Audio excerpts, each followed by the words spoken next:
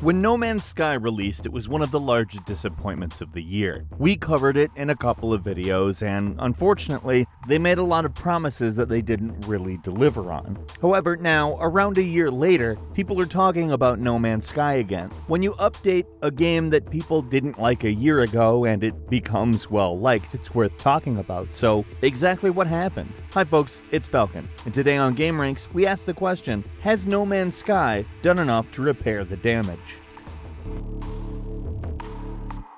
Now, it's important to note before we get going, I feel that a lot of the criticism No Man's Sky got was well-deserved. There's a large amount of times where consumers are acting like entitled little children and demanding things of developers or each other that just doesn't make sense, and this wasn't one of those times. We live in a world of finite time and finite resources where we don't all have the money to spend on every single thing that we want, and when we're told something is something that it is not, it's perfectly valid to be angry about when, frankly, we end up spending money on it. And I want that to stand because I don't really want games in the future to continue to have this problem. We've lived this mega hype cycle for a very long time, and whether it's an indie developer or a AAA one, I'm so tired of feeling this. I'm so tired of being excited for something and being let down, especially when we're shown that it's possible for it not to go like that with games like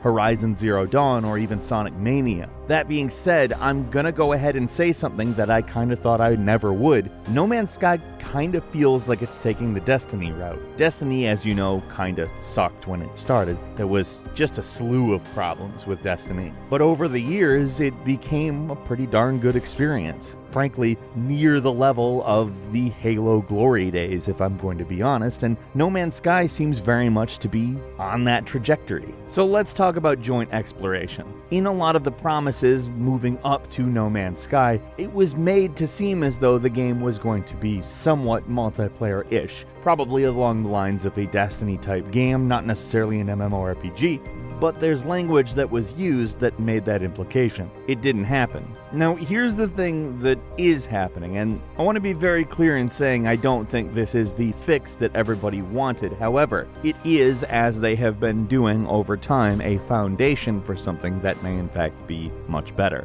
You're not actually going to be able to jointly explore a planet. You're going to be able to at least kind of form a party and have visual indication that there is more than one person on the planet, and at least chat with each other, thankfully, but you don't have missions, or if there's any environmental destruction or deformation that happens, that's not recorded from player to player. It's still system-specific data, so I don't want you to get super excited about it. I don't want you to go, hey, they finally delivered on that, but I do want you to understand that they are working on delivering on that. Remember, they are an indie studio, and given they've actually put time in trying to work towards their goals on these things, they at least are doing that. Now, for me, I'm kind of not too bothered about that. At this point, I've sort of accepted No Man's Sky as a single-player game, and I've randomly come back to it with updates, and things that have happened over time have actually sort of lured me in.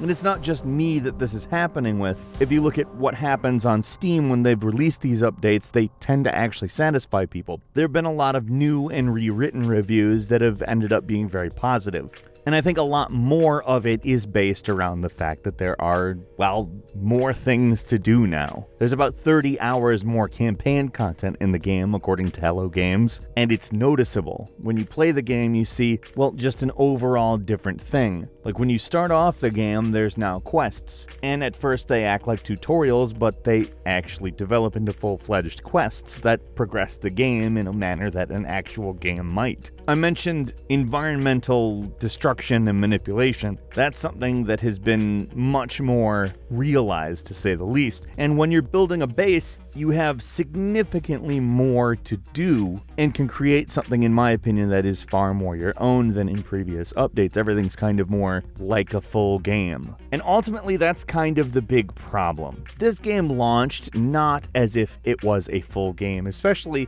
not a full game after a lot of other exploration, crafting, resource resource management style survival games have already existed. It just didn't do enough to set itself apart. Yes, there's a lot of pretty stuff in it, but it isn't until now that it's finally sort of growing into its own game. And that's a long time for a $60 purchase to be worth it, but it finally does feel worth it in all honesty. I mean, there's little things within the game that have changed, like just the grass, or even the fact that there's crash freighters on planets that you can go ahead and salvage. On top of that, you can actually fly around within the atmosphere with low altitude flight, but you actually have to, care about it because you can crash now. There's portals, fast travel, there's an overhauled artificial intelligence system, much better space combat. I mean, I could go down a list of stuff that they've added in the last year, and it's not short, nor are the things insignificant. And I can't help but feel if it was a full-fledged AAA developer working with a full-fledged budget, that the game itself maybe would have been this when it came out. These all seem like things that you would develop in order to distinguish yourself when you're launching your game. And I want to stress that I don't necessarily want to forgive fully exactly what happened with No Man's Sky in the first place. I think that basically anybody who launches a game in that manner has some pretty serious lessons to learn, and unless Hello Games launches another game and it turns out to have actually had the kind of work behind it that would have been necessary for it to be a full release, we don't really know if they've learned those lessons.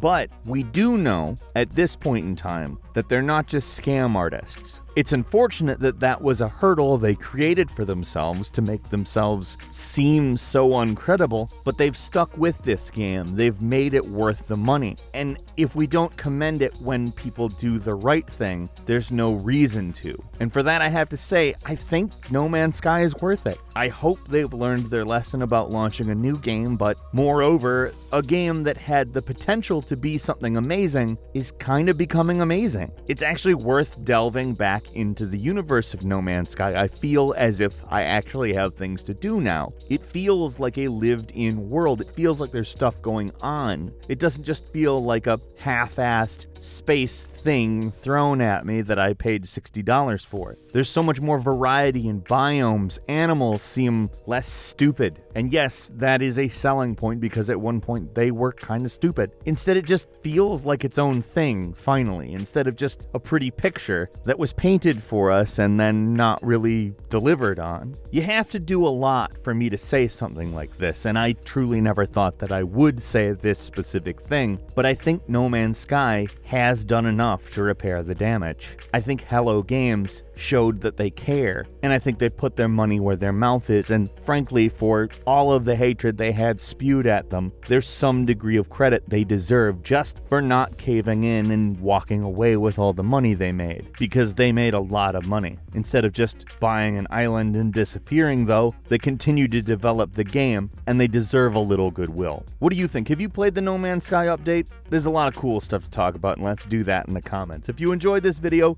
please click like, and if you're not subscribed, now would be a great time to do so. We upload brand new videos every single day of the week, and the best way to see them first is a subscription. As always, we thank you very much for watching this video. I'm Falcon. You can follow me on Twitter at FalconTheHero, and we'll see you next time right here on gameranx.